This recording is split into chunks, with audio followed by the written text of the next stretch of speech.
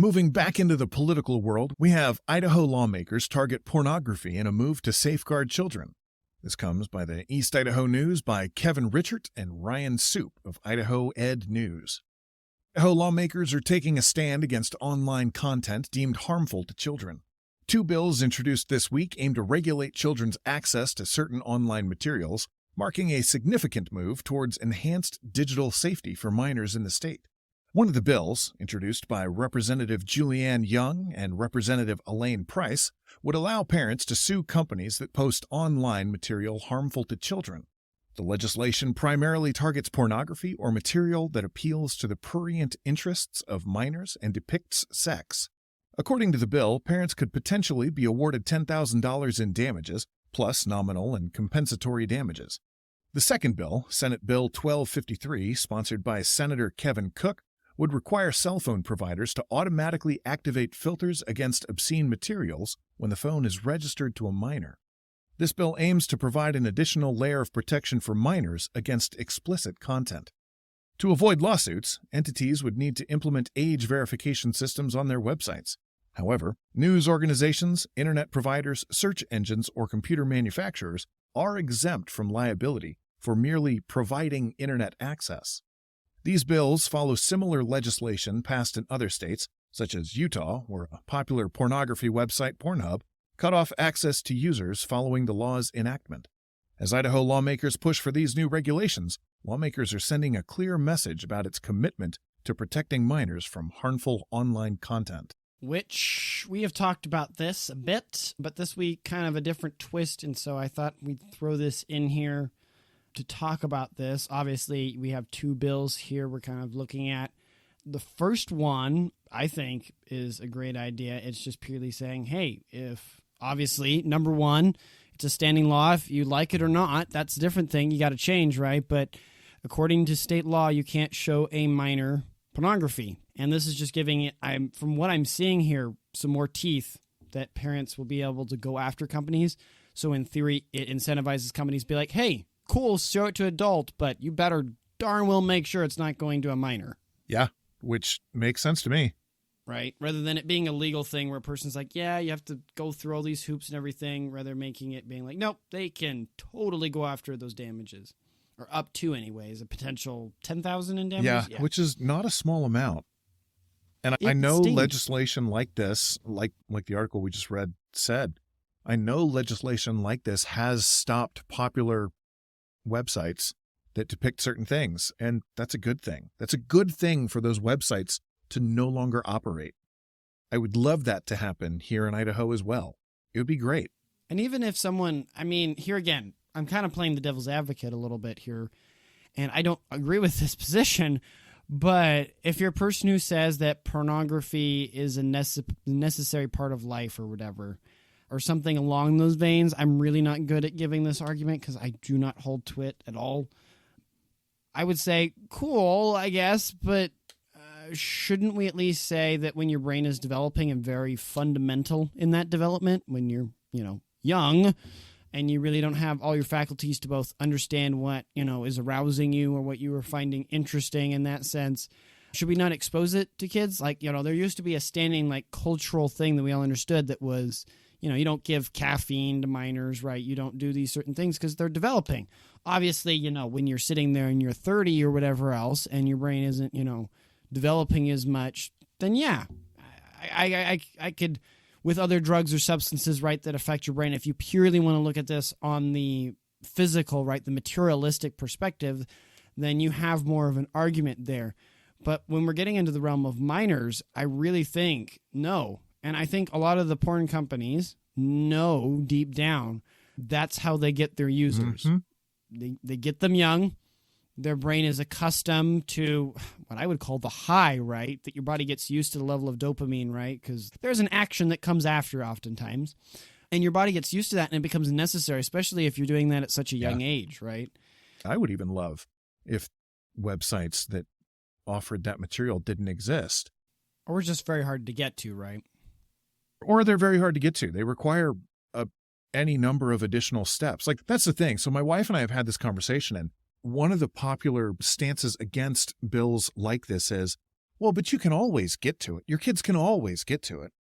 And to that I say, well, yeah, your kids can also get cigarettes and weed and beer. Like, that's a thing, yes. But that doesn't mean we just have it available. Let them. Like, you know, for a child to get their hands on liquor, they have to have someone who will go to the liquor store and buy it for them, because the liquor store won't sell, or shouldn't sell, to minors. Does that mean then that, like, so you have to take the same logic to both places? And if we have decided that explicit materials such as these are harmful to minors, which I would hope that we can all agree that they are, well, then at the very least, give them the same requirements to access the material that you have to purchase material that is also age guarded. I'm not sure about the cell phone one. I know there's concerns. It's kind of an issue I've heard people divided on in the Republican side of things. Yeah, it makes me a little nervous whenever we're talking about automatically activating things, because now we start talking about getting into a nanny state, and that makes me a little concerned.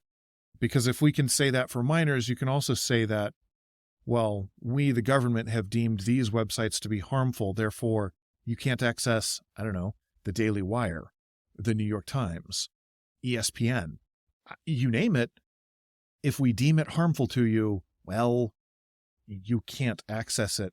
And if we have laws that give precedent, then we're going in the wrong direction. So let me play a little devil's advocate here. Here's my argument. We'll take away the internet. We'll go back to a world where internet doesn't exist, right?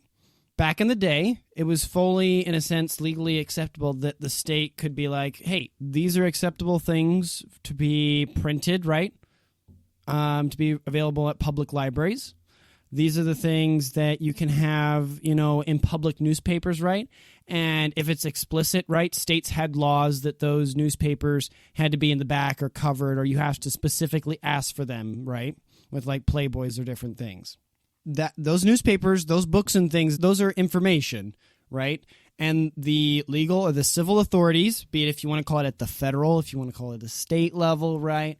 I have no doubt it probably varied throughout the decades in a sense, right? We're, in a sense, censoring and saying this is good for society, this is bad for society, and they ruled accordingly within that medium. Now, did they sit there and outright ban those things? No, Playboys were around and other stuff, right? You could get those materials depending on some states, they were more lenient. Obviously, the first one that comes to mind is Vegas, right? You had certain institutions you could pay to go into, right, to firsthand experience those things. But we didn't have an issue with that. So I would say taking that precedent, right, because when we talk about politics, it's about taking eternal principles, right, and applying them to ever-changing matters. If we take those and apply them to this situation, I think, yes, we need to be careful with this, with an implementation of like a filter on devices, right? But it's not far beyond the pale of what we've done before with publicly available consumable material. Yes and no. I agree with the premise. It's when we start going down the road of saying that the government can automatically put a switch in a thing to filter out what can and cannot be allowed, I guess. Well, here's the thing. Let me read it real quick. Yeah, please. So we'll go word by word here. Would require cell phone providers, underline that word, cell phone providers, to automatically activate filters against obscene materials when, there's another keyword, when the phone is registered to a minor. So when that minor goes in to get a phone, right, and the ownership of the phone, obviously they could steal their dad's phone or something, but, that's similar to dad brought alcohol and you didn't properly lock it away, right? Similar situation. I think that's, the kid's going to get the dad's phone. Well, that's the parent being stupid. Key thing, when the phone is registered to a minor, and it's not doing by the state, it's being encouraged by cell phone providers. So the state...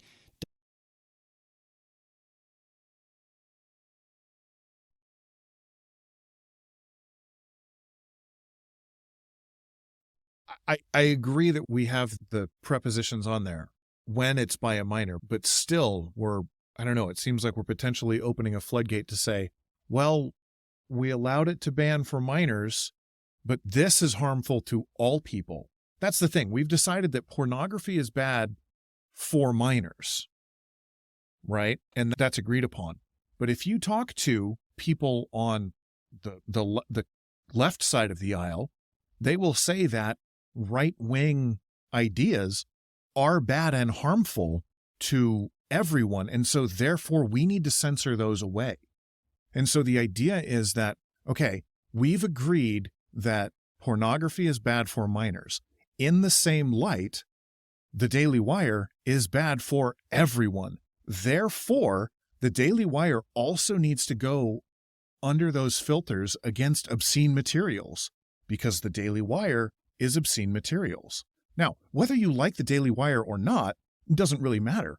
That argument gets applied, right? Like, people have gotten kicked off of social media just because they wouldn't say that there are more than two genders. And so that's where my fear is, because yes, we're saying that it's only for minors, it's only for this, but as soon as we open the floodgate to say it's okay for the government to automatically censor things just because we say so, that's what makes me nervous, because again, we're setting precedent here. And so, yeah, I realize historically with brick and mortar things, precedent was set. You have to keep the girly mags hidden away. You can only give, if you're Blockbuster, you can only rent out the spicy videos if someone specifically asks for them. I remember those rooms. I remember as a kid being like, ooh, there's the room behind the curtain. I want to go in there. And then being thoroughly disappointed when I finally did. But it's, again, it's the automatic, because we've deemed it obscene. That's where I get nervous, because that, again, it opens the floodgate to saying, well, I think this is obscene, therefore it should be denied to everyone because it's harmful to everyone to have these ideas. So there's a line, and I don't know. I'm torn on it. Well, I can see where you're coming from, because you have the world of like hate speech, right? And all that we've heard, where legislation that's saying, hey, you can't say these words, and if you say these words right, or if you're just posting on social media your opinion right on something, that could be a hate crime, right? Hate speech, and you could get doxxed for that. And definitely I can see the connection with this. And there again, it would be interesting to roll it over and see how it's executed. Obviously, there might be a better way, and I would have to dig into this a lot more, because most of this discussion that me and John are having right now, I have not dug into the weeds a ton. If the gentleman for this bill hears this, love to have you on. Would really super love to have you, and we could talk and have a bunch of questions, and it'd be awesome to have that conversation. But I would argue a lot of the time, maybe going a little bit broader on this topic, we as the right kind of like, well, we don't want to set a precedent. We don't want to set a precedent. Don't want to set the precedent. A lot of things has already been set by left. They're willing to say, no, this is wrong. This is right. We're going to write legislation, what we think is right and what we think is wrong. And we're not worried about the whiplash. I would say, as conservatives, and also looking at American political history, that's the way that we should be acting in a certain way, in some ways, to be like, no, this is wrong, this is right, and we're going to write legislation accordingly. And then the parties balance each other out in that process of what is wrong and right in that. Now, how does that all work out with this? We'll see. But we would love to hear your thoughts. Yeah. Send us a message on Twitter or email. Love to talk about, especially if you guys send in something to talk about in the banter. We're always welcome to get emails and stuff in, as long as they're nice and respectful and a reasonable question or encouragement. Obviously, if you're going to send something really, well, you didn't put me on the show. Well, clean your mouth, please. Honestly, I don't care. Send me hate mail. I'm still curious to hear your opinions.